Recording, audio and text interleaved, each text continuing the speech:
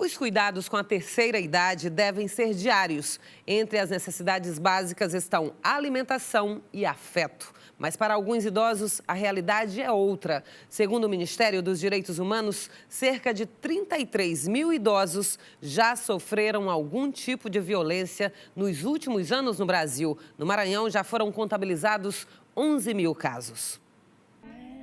O passado da maioria dos idosos que chegam nessa casa de longa permanência é marcado por falta de cuidados. A casa é mantida pelo governo estadual e tem capacidade para 40 hóspedes. A gente vê idosos chegarem aqui muito fragilizados, no nosso caso que somos psicólogas, emocionalmente muito fragilizados. E aí vai passando o tempo, às vezes os mais difíceis, os que a gente às vezes pensa assim, não sei se ele vai conseguir. E é muito bonito de ver assim, como eles conseguem ir ressignificando a vida, construindo novos laços. Em 2003, foi criado o Estatuto do Idoso. O documento estabelece e assegura os direitos às pessoas com idade igual ou superior a 60 anos e ainda punição em caso de violações. A idade traz alguns tipos de situações para o seu corpo, né? E para o seu cotidiano que necessitava de uma lei que amparasse. Seja para que você tenha um acesso mais fácil a uma simples fila de banco, ter acesso mais simplificado à saúde, à habitação, ao transporte, tudo isso está previsto no Estatuto. Ter também todo o amparo da comunidade, da família, da sociedade e do Estado. Além da agressão física, a violência contra a pessoa idosa pode ser manifestada por negligência, abandono, abuso financeiro e violência psicológica. As denúncias podem ser feitas por qualquer pessoa. Tem vários canais. Pode ser aqui a promotoria, 3219-1600, ou através da nossa ouvidoria, que é um canal muito rápido, 0800 98 1600. Pode entrar com a Delegacia do Idoso, nós temos a doutora Iliana, temos a Defensoria do Idoso. O importante é não calar.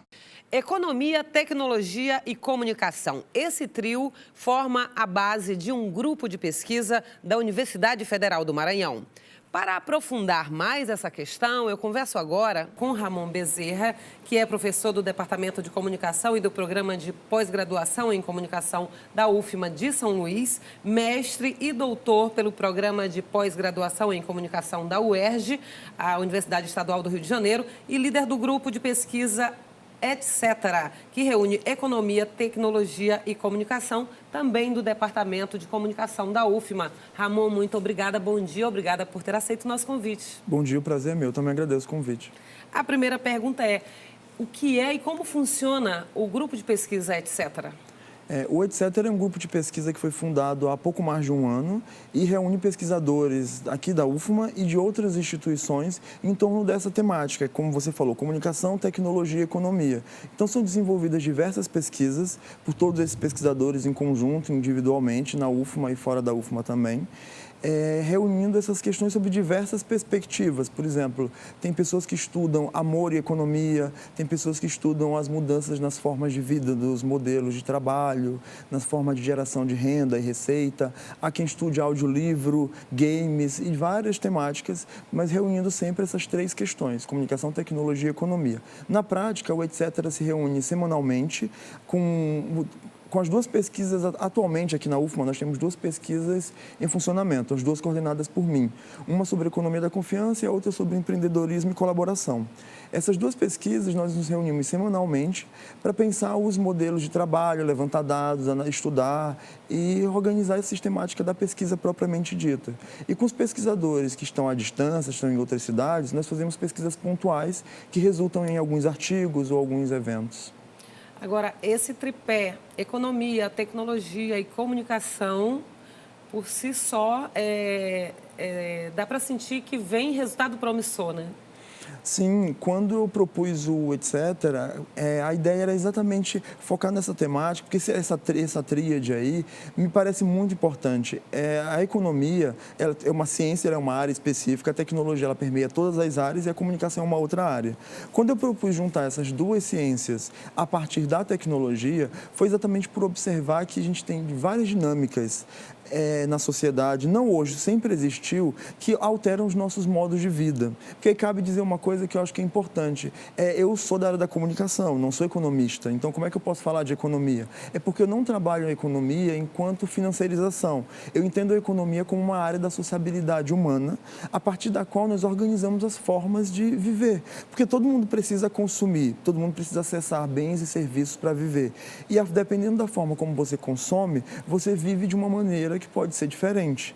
E o que acontece? Nos últimos anos, com as tecnologias digitais de comunicação, houve uma alteração muito expressiva nos nossos modos de viver, em todas as áreas. As relações afetivas, a partir de aplicativos de encontros, por exemplo, aplicativos de hospitalidade, de alimentação, em todas as áreas, de transporte, o famoso Uber, por exemplo. E seus concorrentes. E seus concorrentes, exatamente. Então, existem aí várias transformações que podem ser pensadas a partir dessa tríade. E quando eu digo que a economia ela pode ser pensada como uma forma de sociabilidade, é exatamente aí que entra a comunicação. Porque eu não entendo a comunicação como transmissão de mensagem. A comunicação é um processo a partir do qual os modos de vida são organizados, as pessoas estruturam as formas de viver.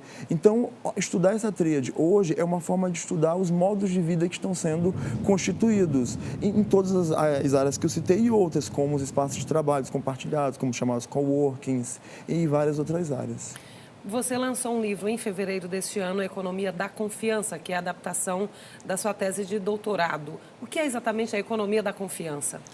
Então, a economia da confiança, eu proponho, não é uma teoria econômica, claro, ela é um processo de vinculação social que diz respeito a como eu me relaciono com bens e serviços e organizo minha forma de viver.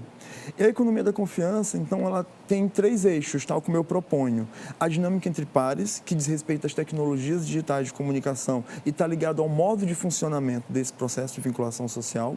A confiança entre desconhecidos, porque a confiança é algo essencial em qualquer sociedade. Sem confiança não existe democracia, não existe relação nenhuma. Só que a questão é, há várias formas de construir confiança.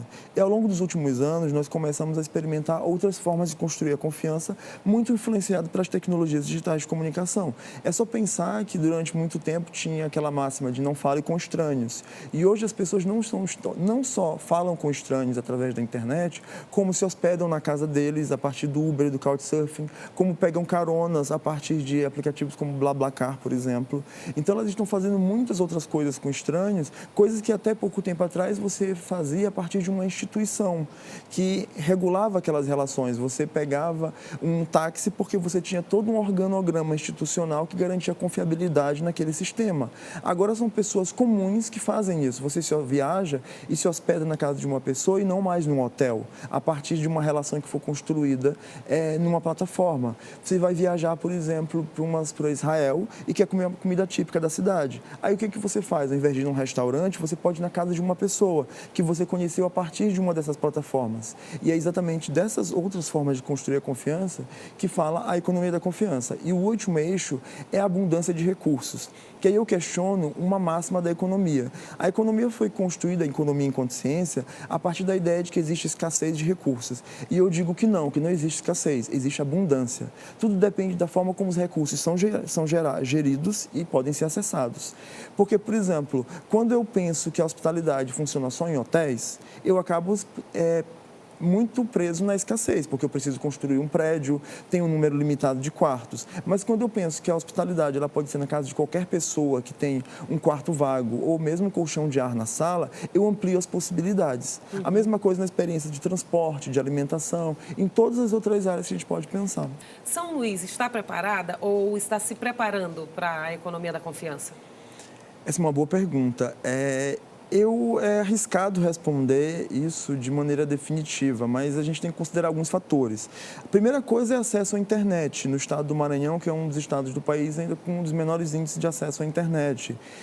Nós temos vários problemas, como, por exemplo, violência urbana, o trânsito não é os melhores, a gente tem vários engarrafamentos. Então, esses fatores, como, por exemplo, o trânsito engarrafado, pode ser um fator que contribui à emergência de outras formas de transporte. Só que a gente tem fator fator segurança, que acaba prejudicando, como, por exemplo, o compartilhamento de bicicletas, que é muito comum em algumas cidades do Sudeste. Será que a gente poderia ter aqui? A gente poderia ter vários pontos para acessar a bicicleta. Tem poucas ciclovias, né? Pois é, a gente tem poucas ciclovias, a segurança para andar de bicicleta, o calor excessivo, talvez você acaba tendo uma infraestrutura na cidade que dificulta muito a utilização. Você tem, hoje no mundo emergindo, vários modelos de acesso de patinete elétricos e não elétricos. Mas aqui eu acho difícil, com as ruas muito esburacadas. Então, falando especificamente do cenário do transporte, é muito difícil, embora exista a necessidade. Eu acho que a cidade de São Luís, assim como todas as outras cidades do mundo, tem muita demanda,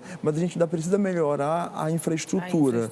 Mas eu acho que a economia da confiança, ela é pertinente para toda e qualquer cidade. Ela é uma resposta aos modos de vida. Ela é facilitadora, né? Exatamente. Ela está inventando outras formas de viver, de acessar produtos e serviços. Então, é pertinente em qualquer cidade. Só que, é claro, dependendo da estrutura da cidade, pode ser mais fácil ou mais difícil para adaptar. Entendi. Para conseguir o seu livro, como é que se faz?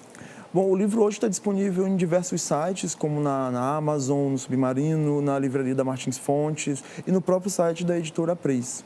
Professor Ramon Bezerra, muito obrigada pelas informações, por ter vindo ao Jornal da Manhã. Prazer foi meu, obrigado pelo convite. No próximo bloco, a exuberância histórica do Teatro Arthur Azevedo.